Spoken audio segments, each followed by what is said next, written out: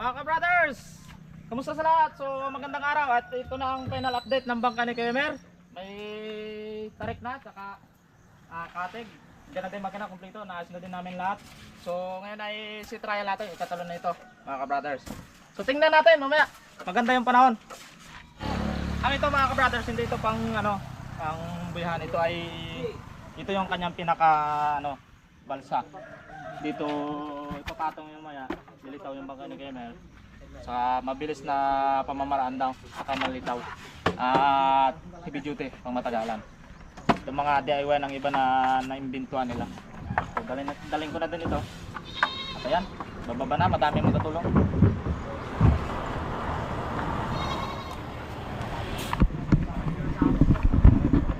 Mga ka-brothers, ako yung mag-video sa Fishing Brothers. Awa! Ano pala to?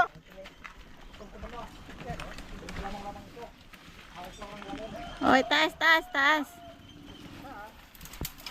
Dandahan.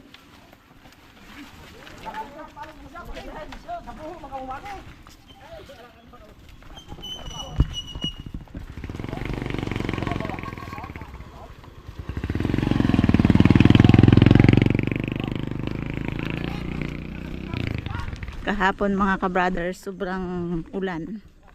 Kahit maulan ay ginagawa pa rin nila dahil kailangan matapos na yung bangka ng Fishing Brothers. Dahil si Emer ay busy sa kanyang banda. At thankful tayo kay God dahil binigyan tayo ng magandang panahon ngayon para dala na ito sa dagat yung bangka na to. Napakatagal na yan mga ka-brothers bago ginawa. Ngayon pa lang na ibaba dahil maraming abala si Ka-Emer.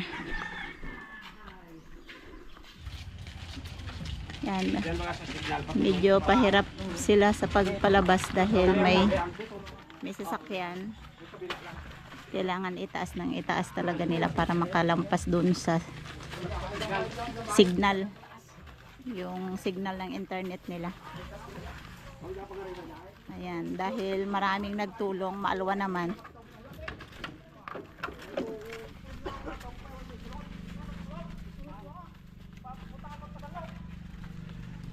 Fishing Brothers. So napakaganda ang panahon talaga mga ka-brothers dito dahil kalma. Kahapon ay malakas. So sa wakas mga ka-brothers, nasa dagat na yung Fishing Brothers. Abangan natin yung takbo niyan mamaya, maya lang.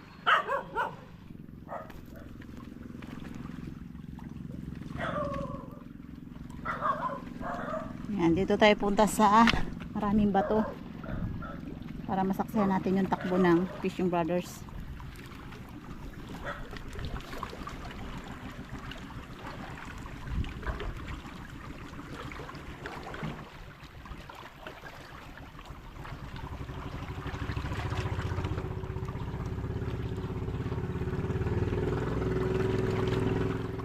So ayan mga ka-brothers, bagaman hindi nyo masyadong nakikita yung takbo ng Fishing Brothers boat, ay sinubukan na ni Eric. Si Eric ang nag-drive ng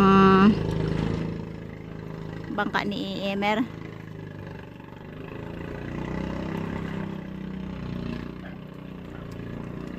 Ayan, hindi pa gaanong mabilis. Sa tingin ko parang may a-adjustin pa sila doon. Baka yung ilisi. Kahit pa paano kasi mga ka-brothers ay may alam din ako sa takbo ng ng bangka. Ako mabilis talaga. Pero ayan, hindi masyadong mabilis kahit yung makina ay medyo todo na. Marami pang aayusin.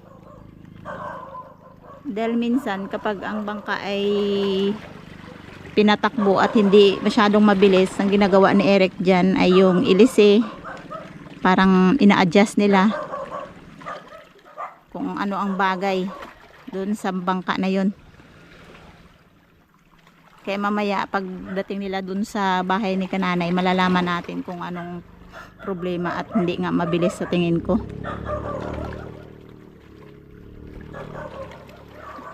Pero maganda naman ang takbo niya dahil hindi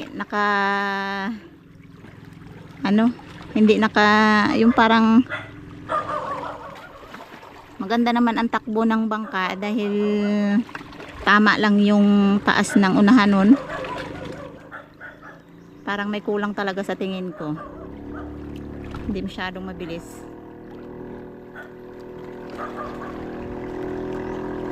Parang si Ilisi yata yan. Ilisi. Op.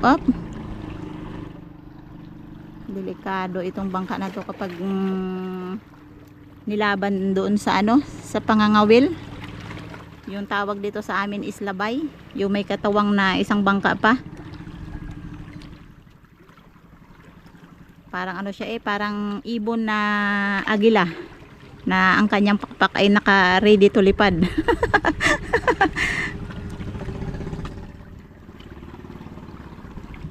So pagpatapos ng patakbo ni Eric ng bangka ay sinundo niya si Emer para kunin yung balsa. Dadalhin doon sa bahay ni kananay dahil doon yung paradahan. Hello! Ayan, ito na yung Fishing Brothers. Ay, paano nyo maisampayan? Diyan lang yan?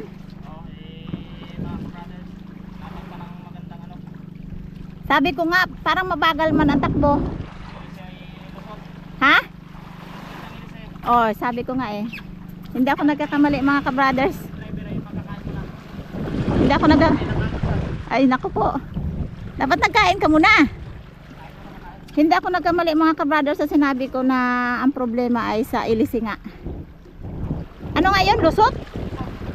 Anong lusot? Ayusin pa ninyo yung Ilisi. Yan. Sabi ko nga parang mabilis pa yung bangka ko dito Dari sa Ilisi. So subukan ulit yan nila pagkatapos na makakain lang si Eric. Si Emer kasi hindi rin nakakain yata ng umagahan. So dito lang muna yan mga ka-brothers. Ilalagay nila doon sa balsa, yung styro na balsa para magkain. Mga ka-brothers, another attempt na naman. Kasi kanina ay matagal namin na tuno yung ilisi ng bangka ni Kemer. Kasi hindi magmatch yung ibang ilisi, bali na napaltan. So masubukan na naman ngayon. Kasi at medyo nagkalmada na. So yan. So tingnan natin ang takbo ng kanyang bangka. Okay mga ka-brothers, tingnan natin sa laot.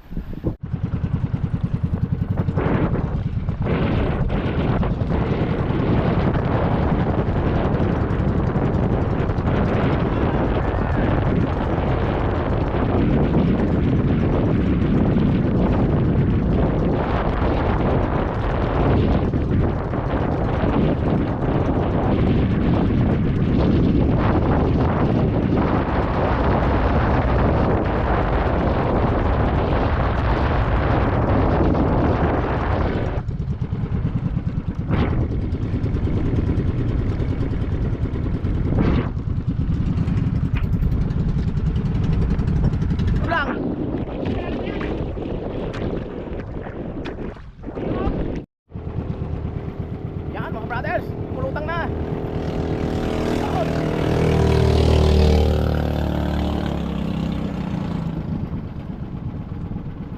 Okay, pwede na. Makaabot ng tulingan. Sikap-jak ko na.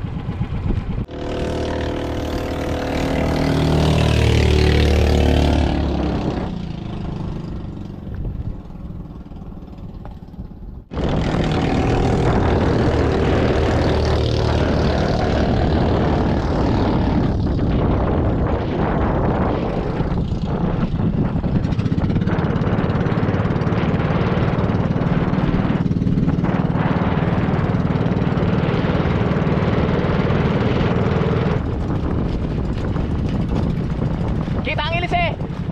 Kita ang ilis eh. Kita ang ilis eh. Oo.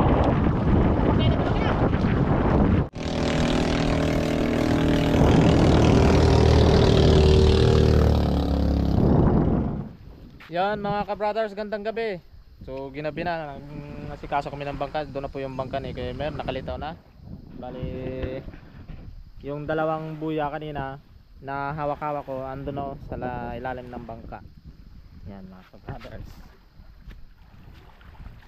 Ayan o, so lapitan natin. Ginabi na. Yan, angat na angat ang bangka nya. Yan mga ka-brothers, para hindi palaban sa tubig alat. So yun po ang takbo ng bangka ni Kuya Mer mga ka-brothers. So okay na, ipanghabol na ng lutang. So ayan po si Kuya Mer sa taas.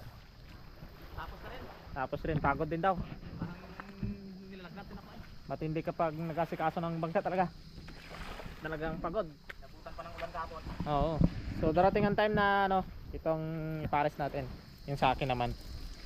Yan. Maganda tingnan niya ng katambal niya sa laot. Oo, parehong Fishing Brothers 1 and 2. So okay, mga ka-brothers, see you another video. Salamat sa panonood. So abang sa fishing namin gamit ang bangka ni Kuya Mer. Bye bye.